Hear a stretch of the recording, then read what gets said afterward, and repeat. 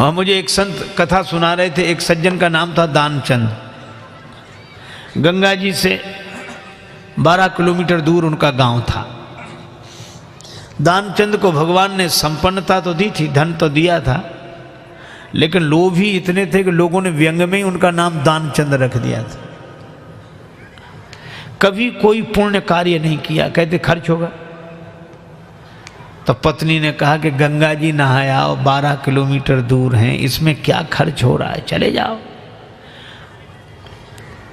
सवारी की भी जरूरत नहीं, पैदल पैदल चले जाओ, और गंगा जी तो नहा लो। ठीक है, बहुत कहा तो सोचा जीवन में एक बार गंगा जी नहा लें, क्या हर्ज है, 12 किलोमीटर दूर है गंगा जी, जा पैदल पैदल गया, खर्चा कौन करे सवारी। अब गंगा जी किनारे पहुंचकर सोचा घाट पर नहीं जाएंगे, वहां पंडा लोग रहते हैं, पंडा कहेंगे कि दान दो। तो मुर्दा घाट पर गए।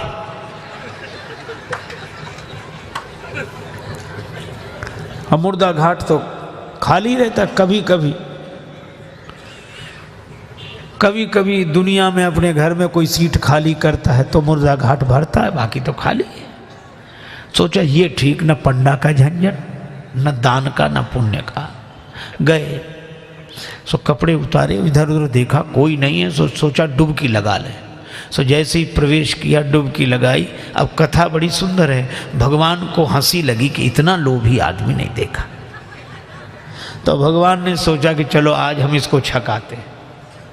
तो दानचंद ने देखा इधर उधर कोई नहीं था, पर गंगा जी में जैसे ही डुबकी लगा के और बाहर निकले, वैसे ही पंडा के रूप में भगवान उपस्थित। यजमान की जय हो।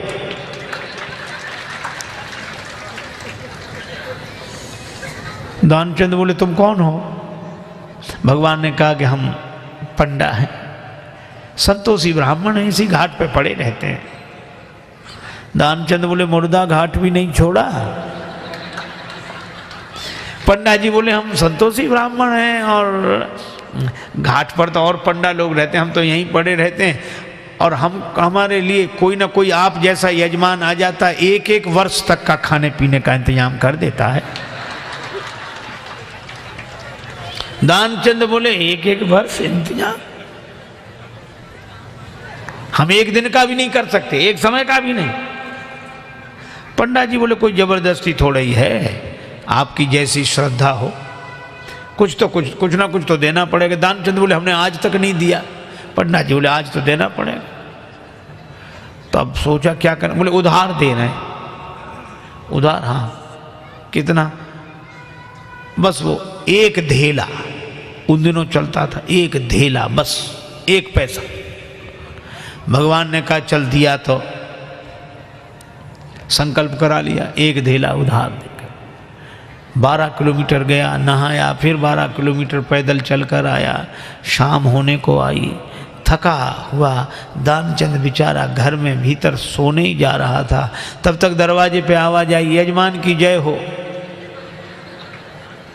दानचंद का देखो कौन है। पत्नी बाहर गई, देख कर आई और बोली किसी पंडा से कुछ देने के लिए कहे आए थे? दानचंद जी बोले कहा था। बोले आ गए, बाहर आई हैं। दानचंद बोले आ गया वो? हाँ।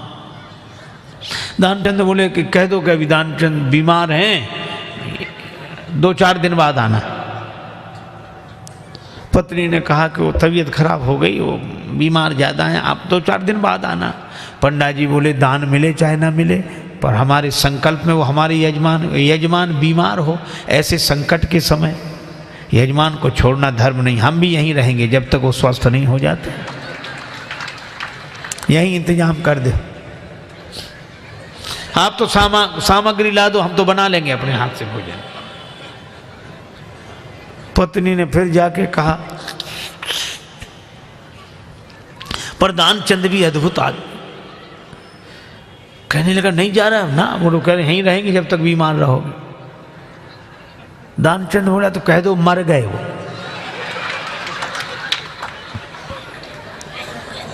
तो ये ऐसे कैसे कह दें?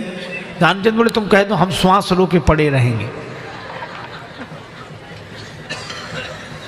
पत्नी ने झूठे जाकर रोते हुए अभी अभी चले गए, वो समाप्त हो। पंडा जी बोले चले गए, मर गए। अरे राम राम, लेकिन यजमान का जब तक अंतिम संस्कार ना हो जाए हम कैसे जा सकते। और तुम कहाँ बुलाती फिरोगी लोगों को, गांव इतना बड़ा, हम ही सबको खबर किए देते हैं। अब पत्नी बहुत कुछ, सुनो सुनो पंडा जी, तब तो अमित रूप प्रगटे ते ही काला, पूरे गांव में कह दिया कि दानचंद चले गए चले गए। अच्छा, लोग सचमुच इकट्ठे हो गए और भगवान को भी मन में हंसी लगे, ऐसा जिद्दी आदमी श्वास रोके पड़ा। लोगों ने उसे मुर्दा समझकर उठाया। अब उसकी पत्नी रोवे, और वो सही में रोवे, वो कहे ये मरे नहीं हैं।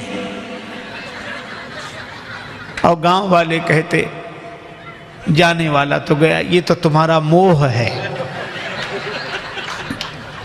वो कहे कि नहीं मरे, गए वो तो। वो बेचारी रोती रही, कौन सुने। दानचंद को उठा लिया, बांध लिया, और वो भी बंध गया। भगवान ने कहा कि हद हो गई, ऐसा आदमी हमने नहीं देखा। भगवान को लगा कि सब हमसे हार जाते हैं, आज हम हार गए इससे। ले गए,